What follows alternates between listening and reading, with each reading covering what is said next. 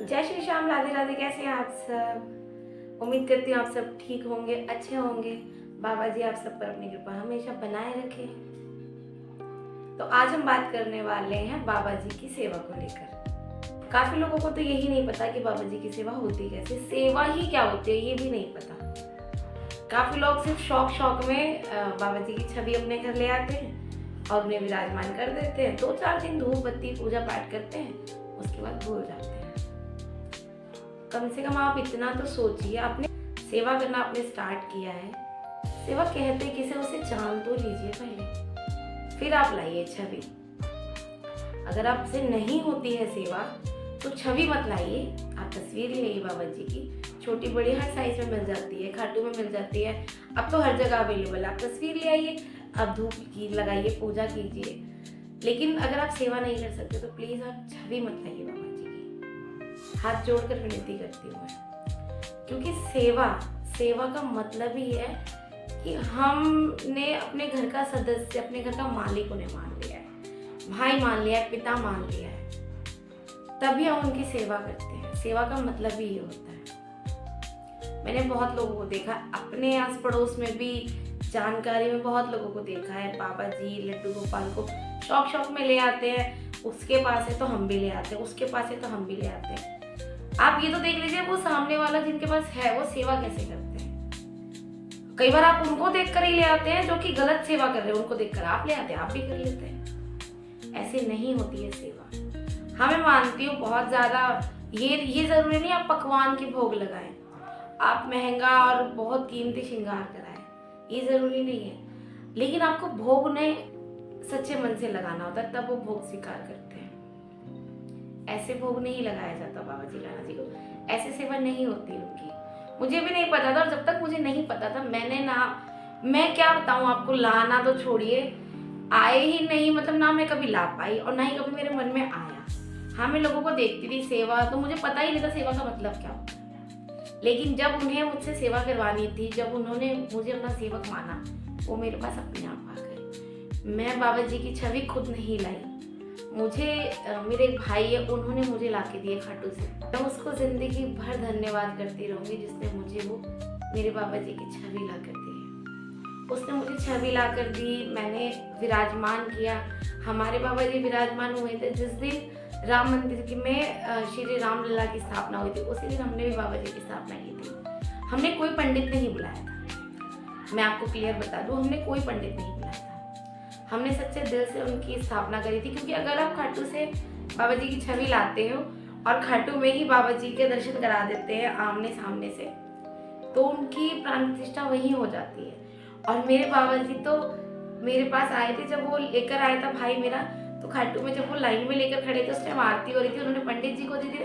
पंडित जी ने बाबा जी के शीश के पास मेरे बाबा जी रखे थे और उनकी भी आरती हुई थी, उनको तिलक लगाया था, उनके साथ कुछ गुलाब की पत्तियां दी थी, जो मेरे पास आज भी संभाल के रखी हुई है मैंने, मुझे वो मिली थी। तो स्थापना उनकी हो चुकी थी, उनकी प्राण प्रतिष्ठा हो चुकी थी, मुझे सिर्फ अपने घर में विराजमान करने थे। मैंने उनको विराजमान किया, उनकी स्थापना, मुझे पता ही नहीं था सेवा कैसे होती है। मैंने हाथ जोड़ के कहा था, बाबा जी आप ही मुझे बताओगे सेवा होती कैसे।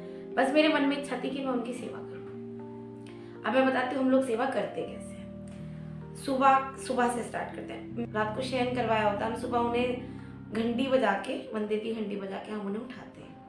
फिर हम उन्हें सुबह का नाश्ता भोग देते हैं। कई लोग बोलते हैं कि चाय का भोग नहीं देना चाहिए, ये नहीं देना चाहिए, वो नहीं देना चाहिए, मैं मानती हूँ। लेकिन हाँ, जब हम अपने घर का मेंबर, अपने घर का सदस्य बना लेते हैं, हम जो भोग उनको लगाते हैं वही हम खाते हैं। तो मैं सुबह चाय भी दे देती हूँ, दूध भी दे देती हूँ, जूस भी दे देती हूँ, भोग में मैं कुछ भी लगा देती हूँ। हाँ, जब से मेरे बाबा जी आए तब से हम पहले खाते थे नॉनवेज, मैं ये नहीं कहूँगी हम नहीं खाते थे, हम पंडित थे। लेकिन जब से मेरे बाबा जी घर में हमारे विराजमान हुए हैं, हमने सब कुछ छोड़ दिया, केक तक छोड़ दिया। हम लोग केक भी नहीं खाते, मेरे बच्चे भी नहीं खाते, क्योंकि केक में अंडे का इस्तेमाल होता है, हम लोग नहीं खाते हैं। तो हम सुबह उठते हैं, उनको नाश्ता देते हैं, फिर उसके बाद मैं अपने बच्चों को स्कूल भेज देती हूँ, हस्बैंड ऑफिस चले जाते हैं, फिर मैं नहा धोकर फिर मैं बाबा जी का स्नान कराती हूँ, श्रृंगार कराती हूँ। जरूरी नहीं है आपके पास, अगर आप डेली माला का आपके पास बजट नहीं है, आप नहीं ला सकते, अफोर्ड नहीं कर सकते, या अवेलेबल नहीं है, वैसे माला इतनी महंगी तो आती नहीं है, लेकिन फिर भी अगर अवेलेबल भी नहीं है, आप रोज एक फूल चढ़ा दीजिए बाबा जी को। आप एक फूल का पौधा लगा लीजिए अपने घर में, एक फूल चढ़ा दीजिए।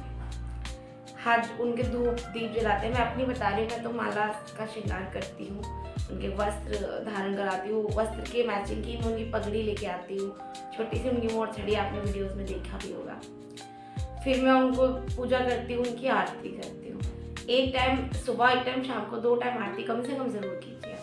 5 टाइम तो हम देखो गृहस्थ जीवन वाले 5 टाइम आरती नहीं कर सकते, 2 टाइम आपको आरती जरूर करनी चाहिए। कुछ भी नहीं है तो आपको 1 टाइम तो जरूर से जरूर करनी चाहिए, सुबह या शाम को। फिर उसके बाद मैं उनको भोग लगाती हूँ, खाना बनाते हैं हम बिना लहसुन प्याज का। तो पहले मैं अपने बाबा जी का भोग निकालती हूँ, फिर हम लोग खाते हैं बच्चे जो भी है। हम भोग में दाल चावल रोटी सब्जी सब चीज़ का भोग लगा देते हैं, जो भी हम बनाते हैं। बस प्याज नहीं होना चाहिए, लहसुन प्याज। हम टमाटर जीरे हरी मिर्च में खाना बनाते हैं। अगर कभी ऐसा हुआ कि हमने लहसुन प्याज डाला है किसी सब्जी, पहली बात तो हम डालते नहीं है, फिर भी महीने 2 महीने 6 महीने में कभी डाला है तो फिर हम बाबा जी के लिए अलग कुछ बनाते हैं। जैसे कि हमने खीर बना दी, हलवा बना दिया, या हमने चीनी के पराठे बना दिए, या फिर उन्हें जो खाना होता है वो बनवा लेते हैं। जो भी उन्हें खाना होता है वो मुझसे बनवा लेते हैं, मैं बना देती हूँ। दही बूरा दे देते हैं, मिश्री आप दोपहर में लंच हो गया सब कुछ हो गया, उसके बाद में आप थोड़ी सी मिश्री रख दीजिए भोग में। पानी आप टाइम टाइम पर देते रहिए, क्योंकि गर्मी है तो प्यास लगती है। पानी हम दिन भर में देते हैं। दिन में हम कान्हा जी को अपने 2 से 3 घंटे दिन में भी सुलाते हैं। फिर सेम शाम को हम चाय बनाते हैं, नाश्ता बनाते हैं, दूध हो या लस्सी हो जो भी हो, हम भोग लगाते हैं बाबा जी कान्हा जी को। फिर हम लोग भी खाते पीते हैं, नाश्ता करते हैं। उसके बाद में फिर बारी आती है रात की। शाम को हमारी हम पूजा आरती कर देते हैं, बारी आती है रात की। रात को फिर हम जो भोग बनाते हैं वही हम भोग लगा देते हैं।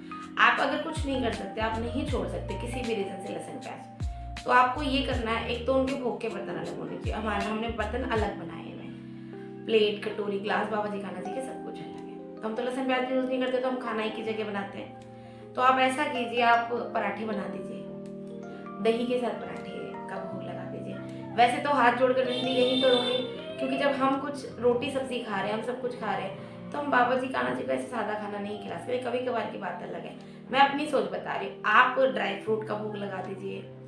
दिन का टाइम है, आप तो दूध केले का भी भोग लगा सकते हैं, लेकिन रात को प्लीज, रात को आप खाने का भोग लगाएं, जरूर लगाएं आप खाने का भोग। क्योंकि जब हम भूखे नहीं सो सकते, हम अपने घर के किसी भी सदस्य को भूखा नहीं सोने दे सकते। क्या हमारे घर के किसी सदस्य को हम केले दूध या दूध बिस्किट दही खिलाकर क्या हम उन्हें सुला सकते हैं? नहीं सुला सकते। तो इन्हें भी ऐसा, इनके साथ भी ऐसा मत किया कीजिए। जो भी आप घर में बनाते हैं, पहले भोग बाबा जी कान्हा जी का निकाल दीजिए, फिर आप लोग खा लीजिए। बल्कि जब उनका भोग लग जाता है, जब आप प्रसाद रूपी भोग उनका हटाते हैं, उसको भी आप अपने खाने में मिला लीजिए। आपका सारा ही खाना प्रसाद रूप बन जाएगा। हम लोग भी करते हैं। इसी तरह से अपना प्यार और सपोर्ट बनाए रखिए। बहुत बहुत धन्यवाद आपका वीडियो पूरी देखने के लिए। और अगर आप भी चाहते हैं बाबा जी कान्हा जी की सेवा करना, या आपके आस पड़ोस में कोई भी ऐसा है जो बाबा जी की या कान्हा जी की छवि ले आए हैं और फिर उनकी सेवा नहीं कर पा रहे हैं, तो आप उनसे लेकर भी उनकी सेवा कर सकते हैं। क्योंकि ये आपके पास तभी आएंगे जब इनकी इच्छा होगी। आप खुद से इन्हें नहीं ला सकते। मैं भी नहीं ला पाई थी, मेरे बाबा जी भी मेरे पास अपने आप आए और मेरे कान्हा जी भी। कान्हा जी कैसे मेरे पास आए और उनकी सेवा और उनका पूरा रूटीन अलग है, वो मैं आपको अगली वीडियो में बताऊंगी, क्योंकि फिर वीडियो ज़्यादा लंबी हो जाती है। उम्मीद करती हूँ आपको सब कुछ समझ में आ गया होगा। अगर आपका कोई भी सवाल है तो प्लीज़ कमेंट कीजिएगा। इसी तरह से अपना प्यार और सपोर्ट बनाए रखें। अगर आपने अभी तक मेरा चैनल सब्सक्राइब नहीं किया है तो प्लीज़ कर लीजिए। बेल आइकन को प्रेस करना मत भूलिएगा, जिससे कि मेरी आने वाली कोई भी वीडियो की नोटिफिकेशन आपके पास सबसे पहले आए। मिलते हैं कल अपने अगले ब्लॉग के साथ। तब तक के लिए जय श्री श्याम, राधे राधे। मैं कोशिश करती हूँ कि डेली में लाइव आकर बाबा जी कान्हा जी के दर्शन कराऊँ आपको। जब भी आपके पास लाइव की नोटिफिकेशन आए, आप लाइव ज्वाइन जरूर कीजिएगा, बाबा जी कान्हा जी के दर्शन कीजिएगा। जय श्री श्याम, राधे राधे। मिलते हैं कल, बाय।